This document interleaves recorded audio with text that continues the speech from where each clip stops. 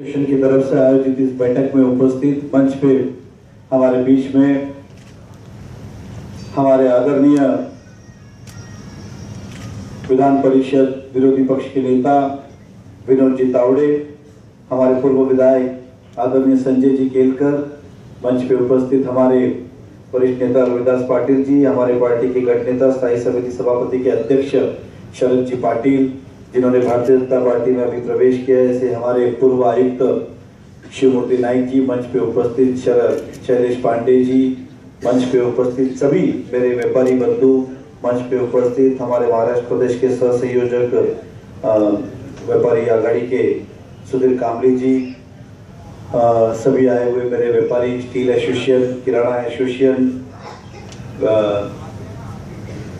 Jeweller association और सभी अन्य एसोसिएशन, यहाँ पे उपस्थित सभी भारतीय जनता पार्टी के वरिष्ठ पदाधिकारी, महामंत्री संदीप जी तलवार, अनिल जी भोसले, महामंत्री दिलीप जी जैन, युवा अध्यक्ष नीलेश जी सोनी, महिला अध्यक्ष योगिता शर्मा जी, हमारे बीच में ऊपर हमारे वरिष्ठ गजानन भोर जी, सभी नगर सेवक, नगर सेविकाएं, सभी पदाधिकारी और सभी मेरे पत्रकार बंधु, सभी मेरे साथीगण, राजसूत्र संचालन कर रहे देवेंद्र पोरवाल भी। ऐसा नहीं कि ये चुनाव है इसलिए विनोद जी तावड़े आज आपकी समस्या सुनने आए हैं। लोकसभा के बाद भाजपा पूरे कार्यशैली में लगी है। तावड़े साहब के ऊपर पूरे महाराष्ट्र की जवाबदारी है। अन्य समय से हम समय मांग रहे हैं, लेकिन हमें इत्तेफाक से ये समय अब मिला। आचार संहिता बाद में लगी थी, समय पहले दिया था और बहुत ही शॉर्ट नोटिस पे व्यापारीगण यहाँ पे उपस्थित है। मैं सभी व्यापारियों का मनपूर्वक स्वागत करता हूँ, अभिनंदन करता हूँ।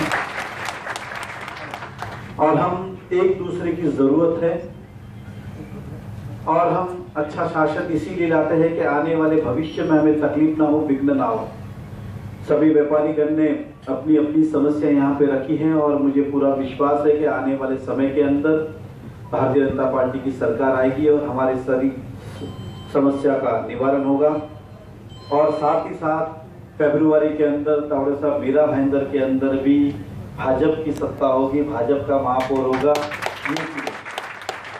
फिर वो चाहे नगर पालिका हो, चाहे राज्य सरकार हो, चाहे केंद्र सरकार हो, तीनों जगह जब एक सरकार होती है तो काम बड़ा ही आसान हो जाता है, व्यापारियों की चिंता कम होती है।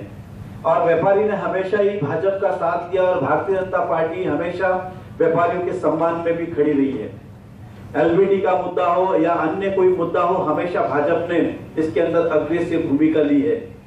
और इस एलबीटी की समस्या हमारे मीरा भाईंदर में है तावड़े साहब जी, और साथ ही साथ मेडिकल एसोसिएशन है।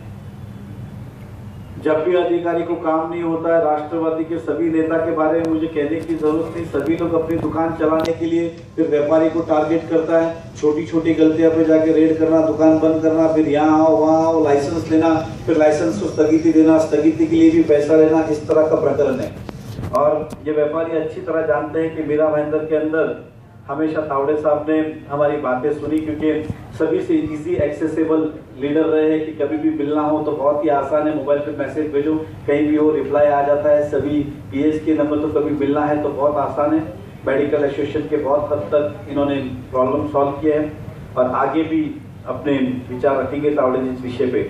हमारी सबसे बड़ी बात है कि एलबीटी जब लगाया गया तो हमारी 1% स्टैंप ड्यूटी बढ़ेगी। आज एलबीटी की उत्पन्न बढ़ गई ऑक्ट्राई से ज्यादा, लेकिन फिर भी स्टैंप ड्यूटी कम नहीं की गई।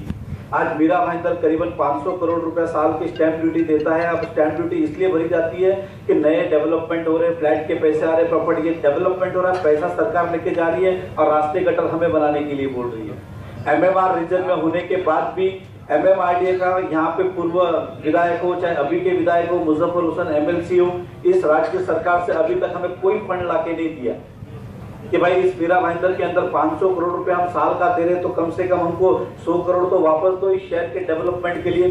आज तक ये मीरा भाईंदर गटर और रास्ते से ऊपर ही नहीं आया। ना हमारे यहाँ पे ऑडिटोरियम है, ना गार्डन है, ना प्लेग्राउंड है, ना मार्केट है, ना एक हॉस्पिटल जैसी व्यवस्था भी नहीं। 33% आबादी ये गरीबी रेखा के नीचे जो 15,000 से 5,000 रुपए कमाते हैं, हॉस्पिटल तक इन्होंने नहीं बनाया इस शहर के गरीबों के लिए।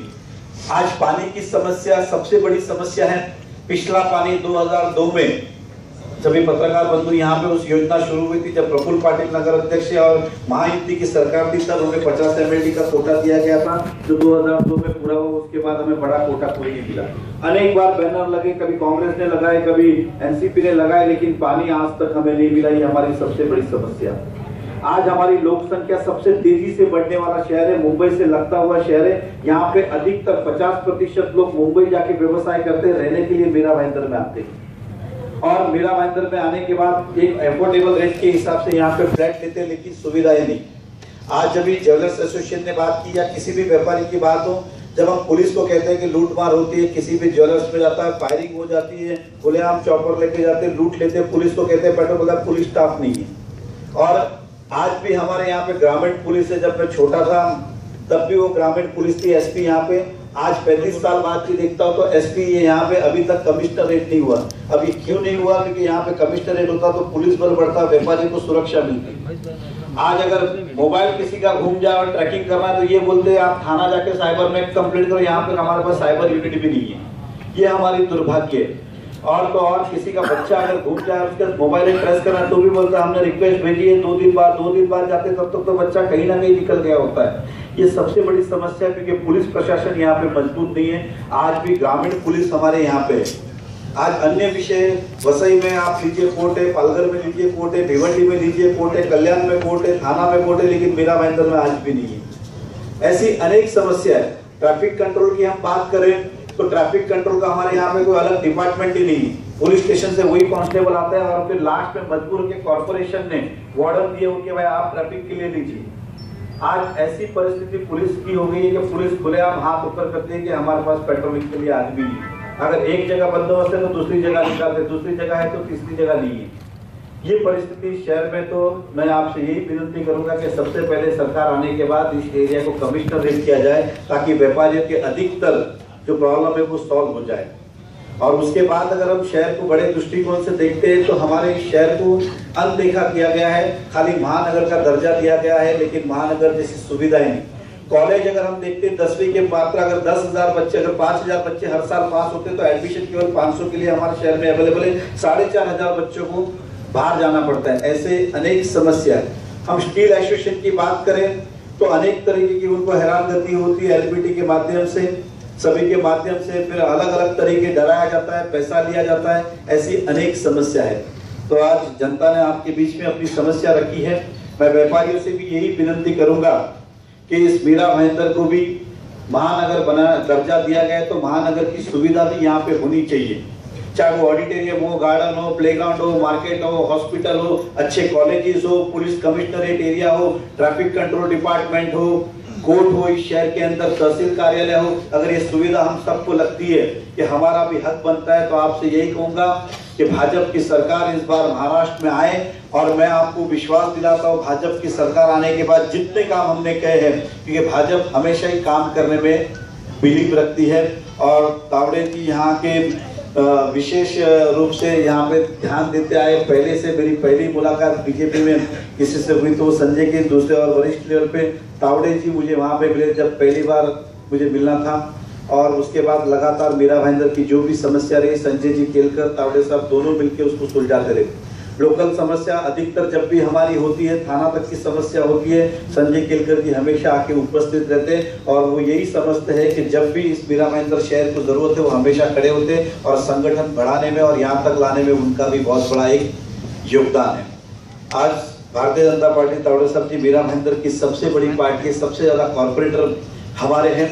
और आज महानगर पालिका में भी बहुमत हमारा है। सिर्फ मेयर के इलेक्शन फरवरी में उसके आने की देर है। मेयर भी अपना बैठने हमारा बैठेगा भारतीय जनता पार्टी का। और मैं आज व्यापारियों से यही विनती करता हूँ दोनों हाथ जोड़ के कि आने वाले समय के अंदर ये मौका आपको मिला है। अब इस गुंडा राज को खत्म करना है। जब तक ऐसे विधायक चुन के आएंगे तब तक इस शहर का भला नहीं हो सकता है। और मैं आपको एक सिंपली पूछता, अगर 5 साल में आपको कोई काम याद आता है तो मुझे बताइए। अभी अभी हमारे विधायक पूरे हिंदुस्तान का नाम खराब करके आए सर। अभी अभी विधायक जी डीएनए पेपर में भी आपने न्यूज पढ़ा होगा, हांगकांग फ्लाइट में जा रहे थे, ड्रिंक करके अंदर चढ़े, अंदर क्रू मेंबर से बदतमीजी की, फ्लाइट वाले नीचे उतार दिया। और आप उनका पासपोर्ट RTI निकालिए, जितनी अगर उनकी विधानसभा में हाजिरी नहीं है उतना पासपोर्ट के अंदर हांगकांग के सिक्के।